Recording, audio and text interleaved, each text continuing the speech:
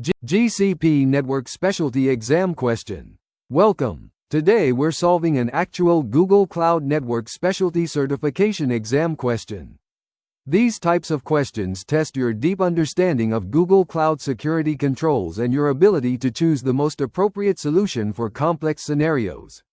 This particular question focuses on VPC service controls, which is a critical topic for the Network Specialty exam.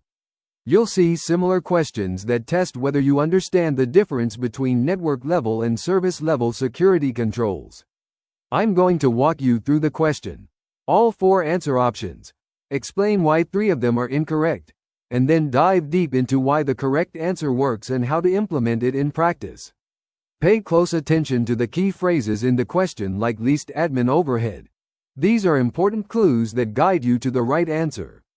Let's break this down systematically.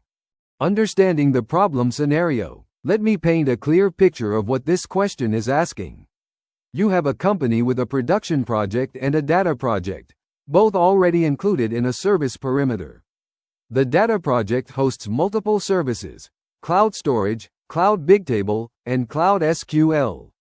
The production project has virtual machines that need access to these data services, but here's the key requirement: they should only be able to access cloud storage. This is actually a very common scenario I see in enterprise environments. Companies often separate their data services into different projects for governance, billing, or compliance reasons, but they still need controlled access between projects. The challenge is that you need service-level granularity, not just network-level control.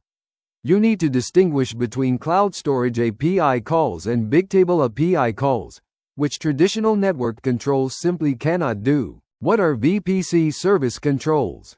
VPC service controls is Google Cloud's answer to service-level security. Think of it as creating invisible boundaries around your cloud services that control which services can be accessed from where. I like to explain it using a building analogy. Imagine your Google Cloud organization is a large office building. VPC service controls lets you create secure zones within that building where only certain people can access certain rooms. The beauty of VPC service controls is that it operates at the service level, not the network level. This means it understands the difference between cloud storage, cloud SQL, and bigtable, and can make access decisions based on the specific service being requested. It is particularly powerful because it works across projects and even across organizations, giving you fine-grained control over your cloud resources with minimal administrative overhead. How service perimeters work. The core concept in VPC service controls is the service perimeter.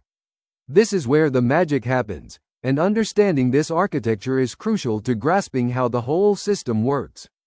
A service perimeter is like drawing a security boundary around a set of projects and services. Inside this boundary, resources can communicate freely.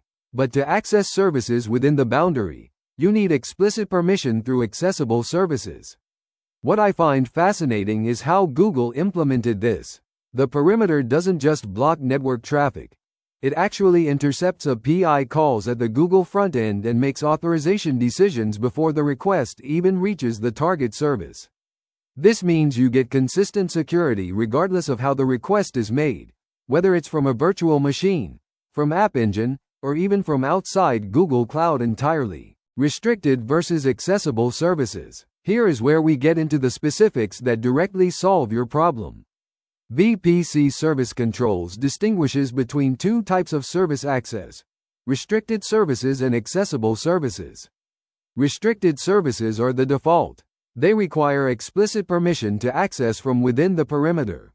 These include services like cloud storage, BigQuery, and most data services. Accessible services, on the other hand, are services that you explicitly allow to be accessed from within the perimeter. This is exactly what you need for your cloud storage requirement. The brilliant part is that you can be very granular. You can say allow access to cloud storage but deny access to cloud SQL and bigtable, which is precisely your use case. This is done by adding storage.googleapi.com to the accessible services list. Why this solves your problem. Now let's connect this back to your specific scenario.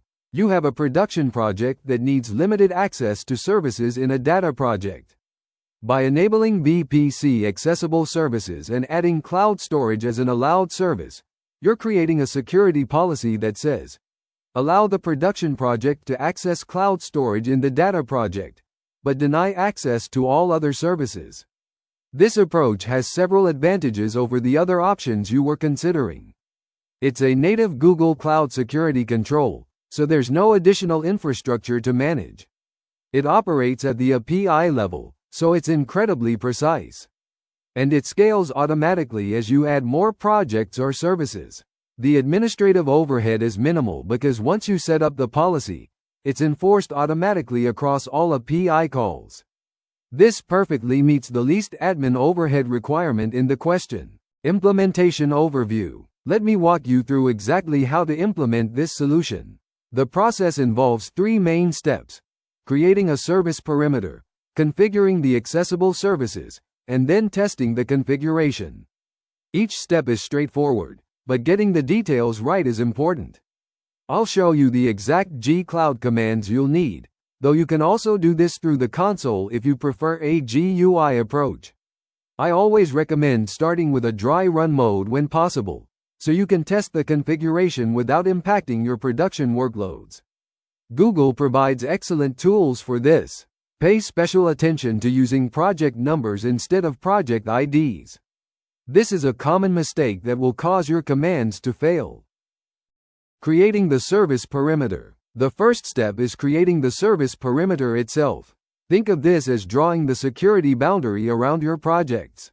In the commands on this slide, we're creating a perimeter that includes both your production project and your data project. This might seem counterintuitive at first. Why include both projects in the same perimeter? The reason is that we want to control which services within the data project can be accessed from the production project. By including both projects in the perimeter, we can then use accessible services to provide granular control. Notice how we first get the organization ID, then find the project numbers. This is crucial because VPC service controls requires project numbers, not project IDs. The title and description in the perimeter creation command are for your reference.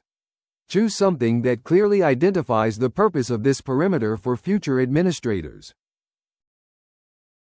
Configuring accessible services. This is the crucial step where we specify exactly which services should be accessible.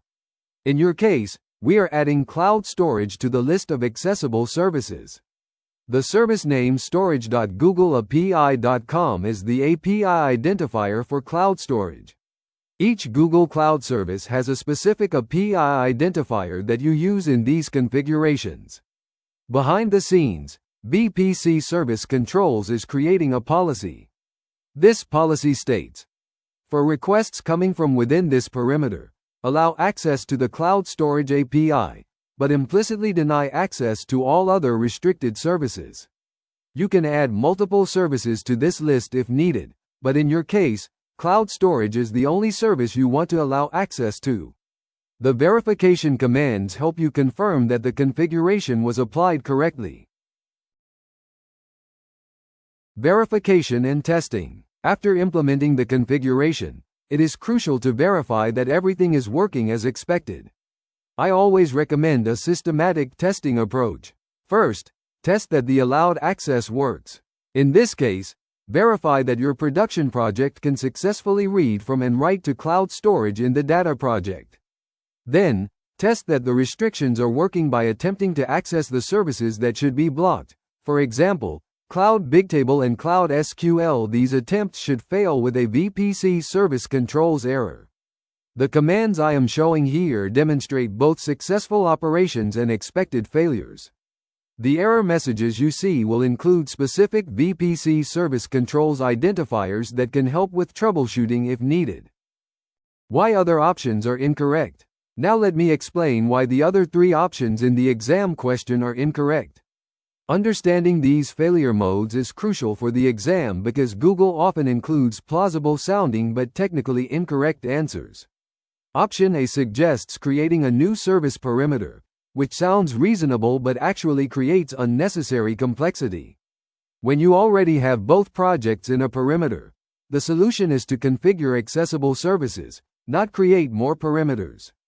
Option C mentions restricted VIP, which isn't even a real Google Cloud feature. This is a classic exam trap using terminology that sounds official but doesn't actually exist. Option D suggests firewall rules, which is the most common wrong answer I see in practice. Many people default to thinking about network security, but that's the wrong layer for this problem. The fundamental concept. This slide illustrates the most important concept for understanding why VPC service controls is the right answer: the difference between network level and a PI level control. Here's the key insight that many people miss. All Google Cloud services look identical from a network perspective. They all use the same Google IP ranges. They all communicate over HTTPS on port 443, and they all use the same underlying network infrastructure. This means traditional network controls like firewall rules simply cannot distinguish between cloud storage, Bigtable, and Cloud SQL to a firewall.